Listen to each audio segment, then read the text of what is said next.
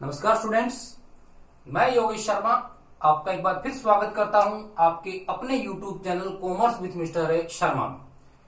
इस YouTube channel पर अपन लगातार डिस्कस कर रहे हैं क्लास 12th की अकाउंटेंसी सिलेबस को। क्लास 12th के अकाउंटेंसी सिलेबस में अपना टॉपिक चल रहा है अंशों का निर्गमन। अंशों के निर्गमन में अभी तक अपन ने पढ़ क्या लिया वो मैं आपको बता देता हूं शॉर्ट में। अंशों के निर्गमन में अपन ने ये देखा कि अंशों का निर्गमन दो प्रतिफलों के लिए किया जाता है। फर्स्ट अपन ने पढ़ा अन्य प्रतिफल के लिए, सेकंड अपन पढ़ रहे हैं रोकड़ के लिए यानी नगद के लिए कंपनी अंशों का निर्गमन किस प्रकार करती है। उसमें अपन ने देख लिया जब संपूर्ण राशि एक मुश्त प्राप्त होती हो, और अब अपना टॉपिक चल रहा है जब संपूर्ण राशि किस्तों में प्राप्त होती हो।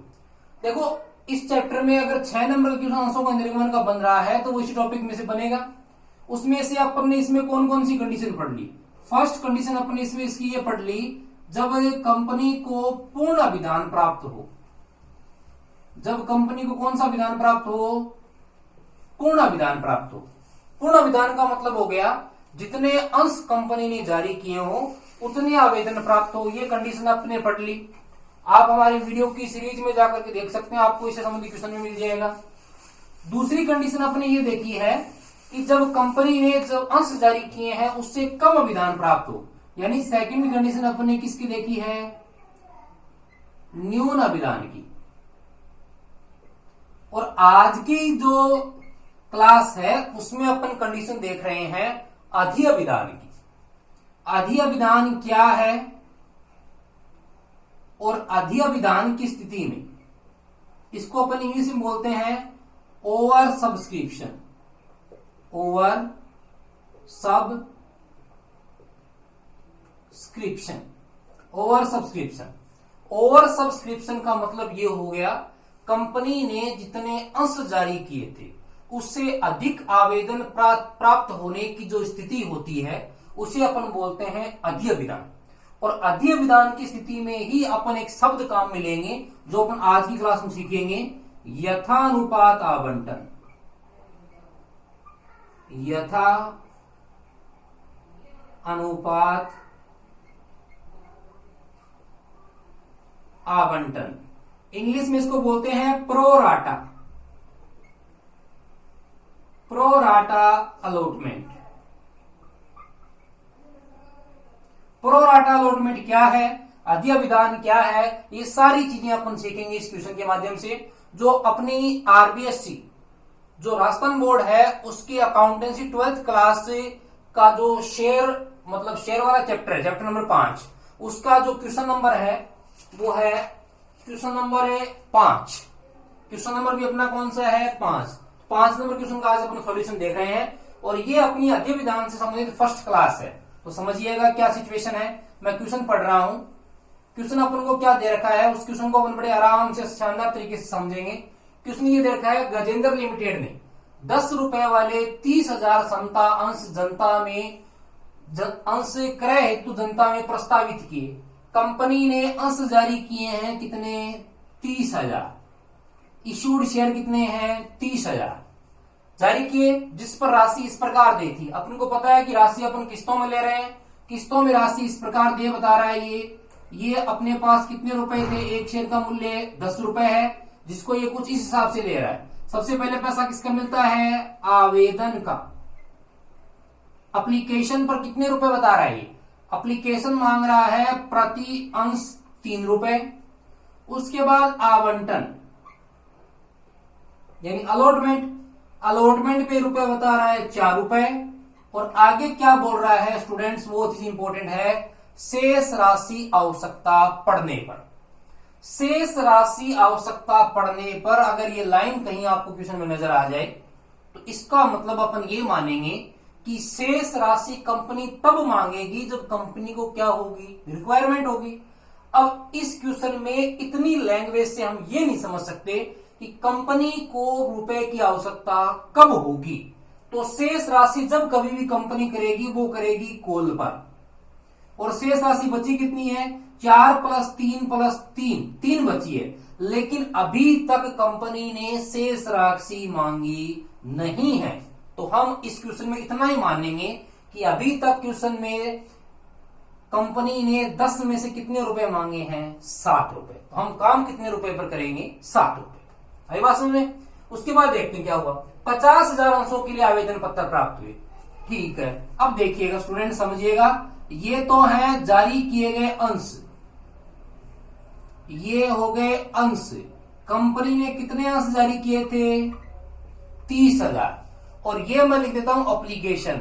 एप्लीकेशन यानी आवेदन। कंपनी के पास कितने आवेदन आए हैं? 50,000। ध्यान रखिएगा, इस स्थिति को अपन बोलते हैं अधिअभिधान। अधिअभिधान का मतलब क्या हो गया? कंपनी ने जारी किए थे 30,000 अंश, जबकि कंपनी को आवेदन कितने मिले हैं? 50,000 अंशों के लिए। यानी जारी किए गए अंशों से अधिक आवेदन पत्र प्राप्त होने की स्थिति को अपन बोलते हैं अधिअभिधान। अधिअभिधान हो गया। उसके बाद क्या बोला गया?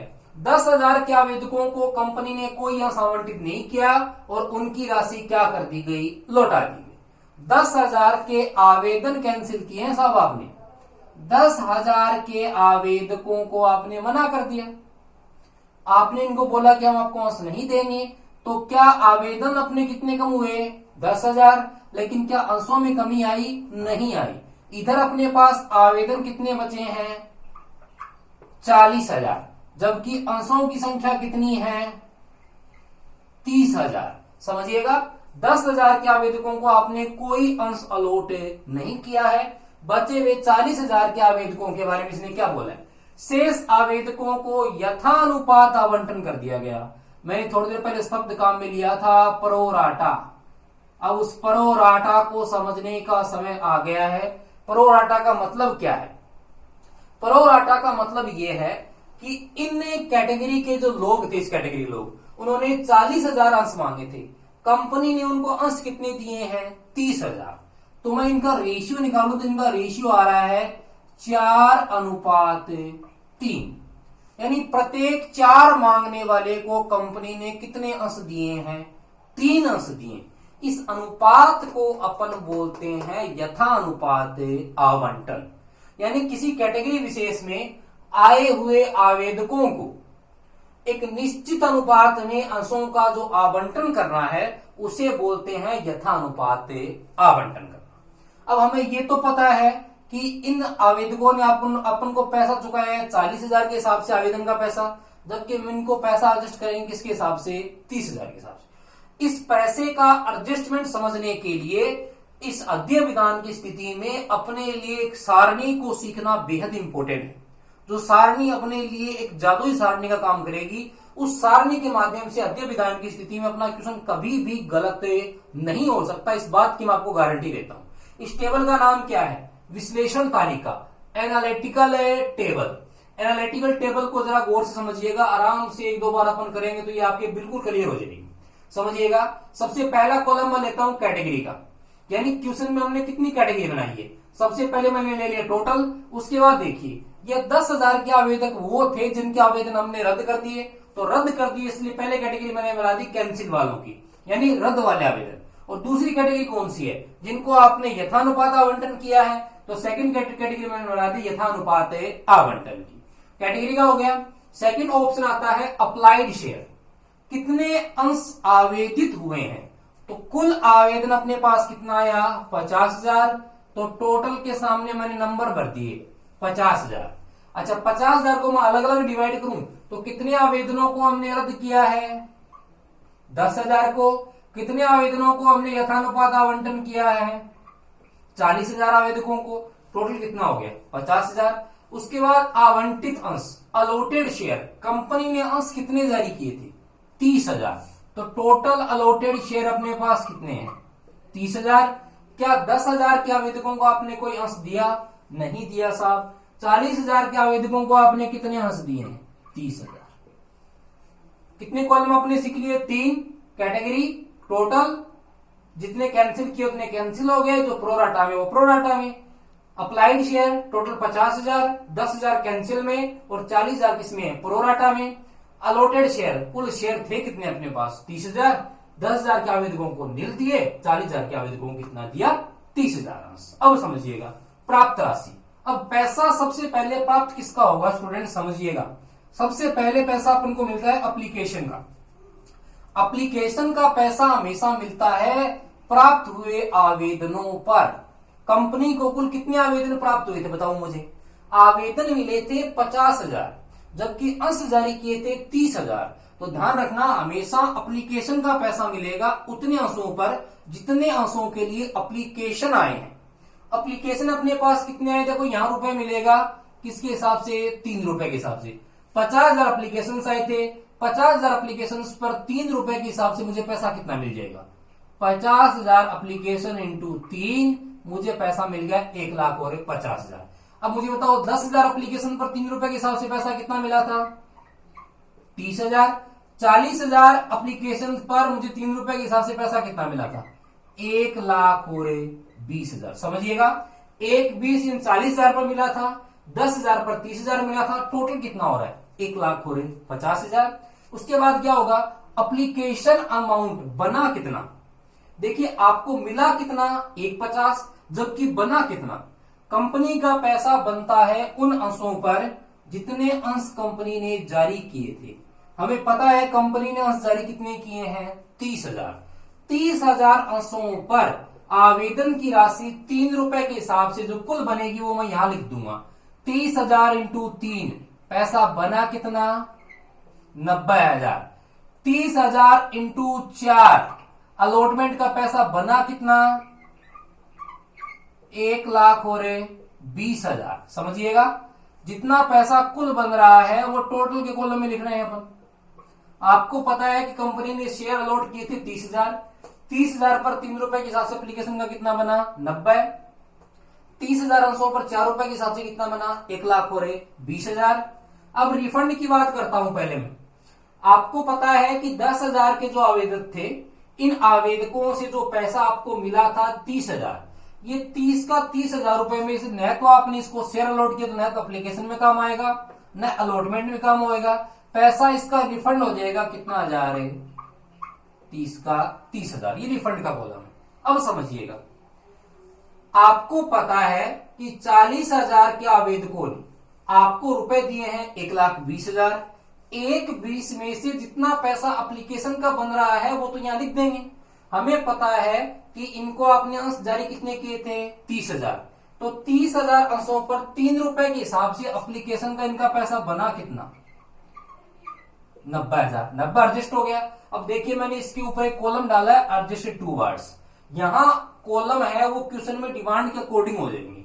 यहां सिर्फ अलॉटमेंट था इसलिए अलॉटमेंट हो गया। अगर फर्स्ट कॉल होती तो फर्स्ट कॉल का कॉलम हो जाता, सेकंड कॉल होती तो सेकंड कॉल का कॉलम हो जाता, लेकिन यहां सिर्फ अलॉटमेंट, तो मैंने अलॉटमेंट का कॉलम बनाया। अब समझिएगा, आपको पैसा मिला था 1,20, जबकि पैसा इनका बंद कितना आ रहा था 90,000। तो एक्सेस जो अमाउंट है वो कितना बच गया 1,20,000 माइनस 90,000 इज इक्वल टू कितना 30,000 रुपए।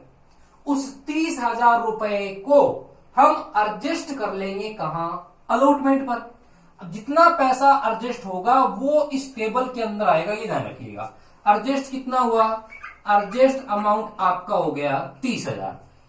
1,20,000 माइनस 90 इज इक्वल टू कितना एडजस्ट हो गया 30,000 रुपए। 30 एडजस्ट हो गया। रिफंड कुछ होगा क्या, रिफंड होने का मतलब ही नहीं है। रिफंड तो तब होता जब 30,000 इंटू 4, 1,20 का 20 एडजस्ट हो जाता, फिर भी राशि बचती तो रिफंड होता, तो रिफंड इनका कुछ होगा नहीं। अब हमें पता क्या करना है, हमें पता यहां से ये करना है कि अलॉटमेंट पर कितना पैसा तो बैंक में आया, कितना पैसा तो कहां आया, बैंक में आया, और कितना पैसा क्या हो गया एडजस्ट, और कितना पैसा आपने क्या किया है रिफंड। इस सारणी के माध्यम से सारी एंट्रियों के अमाउंट अपने आप निकल के आएंगे स्टूडेंट, सभी अपन देखेंगे। 1,20 आपका बना था, 1,20 में से एडजस्ट कितना हो गया 30,000, तो सीधी सी बात है अलॉटमेंट पर बैंक में रुपए कितने आ गए 90,000। एडजस्ट कितना हुआ, एडजस्ट अभी अपने लिखा था 30,000। और रिफंड की बात करें तो यहां कुछ रिफंड हुआ नहीं था, यहां रिफंड हुआ है। रिफंड कितना हुआ है 30,000, तो रिफंड का टोटल भी 30,000 है, तो ऊपर अपन अमाउंट भी फिलअप कर देंगे कितना 30,000। ये अपनी टेबल कंप्लीट है। अब इस टेबल के माध्यम से मैं एंट्रियां कर रहा हूं, समझिएगा बड़े आसान तरीके से अपन सारी एंट्रियां एक एक करके करते जाएंगे। एंट्रियां मैं पास कर रहा हूं, एंट्री पास मैं यहां कर रहा हूं। देखिएगा, सबसे पहली बात, आपको सबसे पहले पैसा किसका मिलेगा? सबसे पहले हमें पैसा मिलता है एप्लीकेशन का। किसका पैसा मिलता है? एप्लीकेशन का। तो इस सारणी के माध्यम से बताइए हमें कुल एप्लीकेशंस कितने मिले थे? 50,000। 50,000 एप्लीकेशन पर 3 रुपए के हिसाब से बैंक में पैसा कितना आया? 1 लाख और 50,000 रुपए। तो entry number 1, bank account DR. अब इक्विटी शेयर है तो equity share applications account, bank account DR equity share applications account. पैसा कितना मिलेगा? 50,000 अंशों पर 3 रुपए के हिसाब से बैंक में पैसा कितना आ गया? 1 लाख और 50,000। समझिएगा स्टूडेंट्स, बैंक में पैसा आ गया 1,50,000। लेकिन मैं ये बोलूं, क्या ये 1,50,000 का 50 पैसा अपन कैपिटल में ट्रांसफर करेंगे? क्या ये सारा पैसा कैपिटल का है? एंट्री नंबर 2 किसकी करते हैं अपन? एप्लीकेशन के खाते पैसे को अपन कैपिटल में ट्रांसफर करते हैं। कैपिटल में ट्रांसफर करने के लिए इस इक्विटी शेयर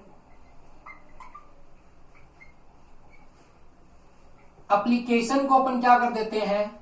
डेबिट कर देते हैं टू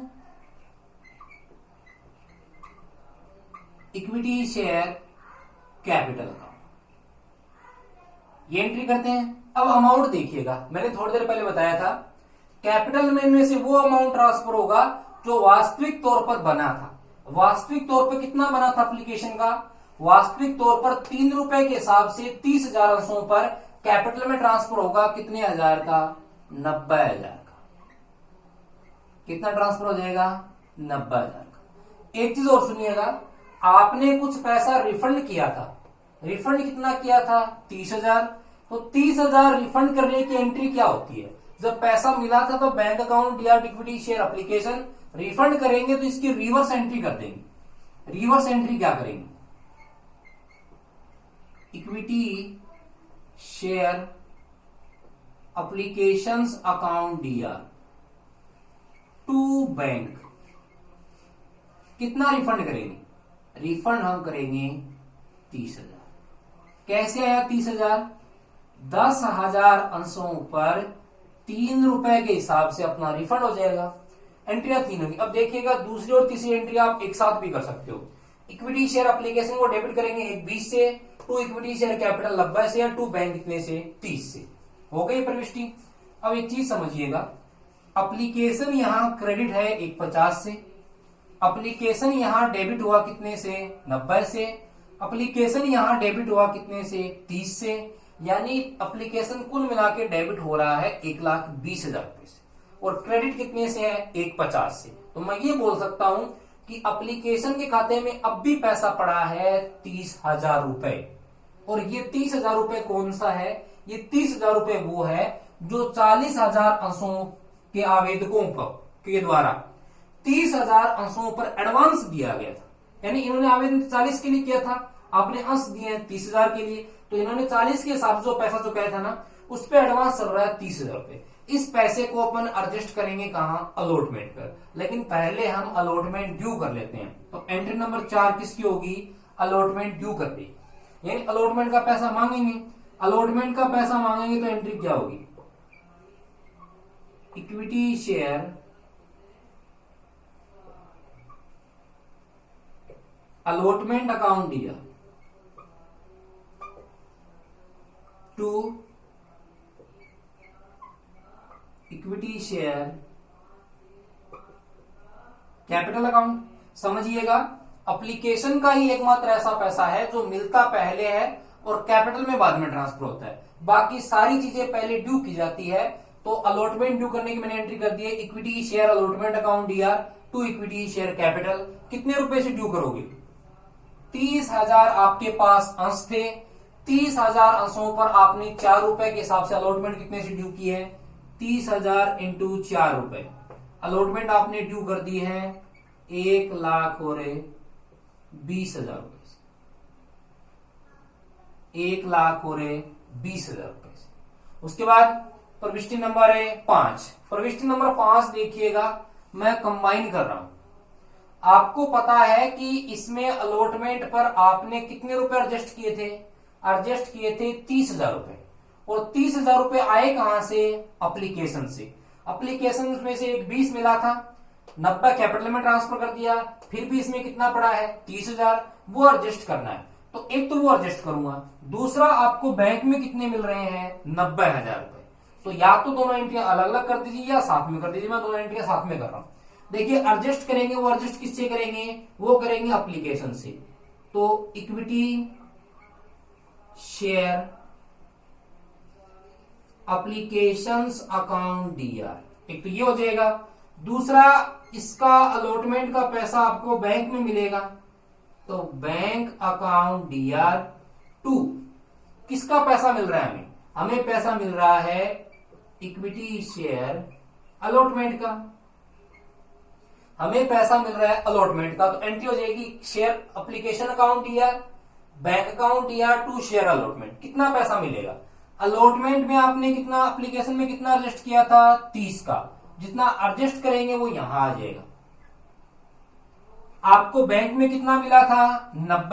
90 ठीक बैंक के सामने आ जाएगा। टोटल अमाउंट कितना था? टोटल था 1,20,000, वो यहां आ जाएगा। एक बात और समझिएगा, सारा अमाउंट मैंने एंट्रियों में फिलअप किया है, वो किया है इस टेबल के माध्यम से।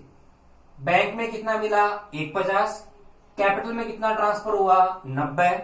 उसके बाद आपने रिफंड कितना किया है? 30,000। उसके बाद आपने क्या किया है?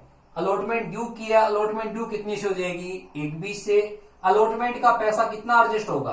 30,000 रुपए। अलॉटमेंट का पैसा बैंक में कितना मिलेगा? 90,000 रुपए का।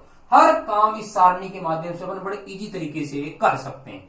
तो ये सारणी अपने लिए बेहद इंपॉर्टेंट रहने वाली है, अतः इस सारणी को ढंग से सीखने का प्रयास कीजिएगा। बाकी के क्वेश्चन अपन जो लेवल के क्वेश्चन है वो नेक्स्ट क्लास में देखेंगे। Thank you.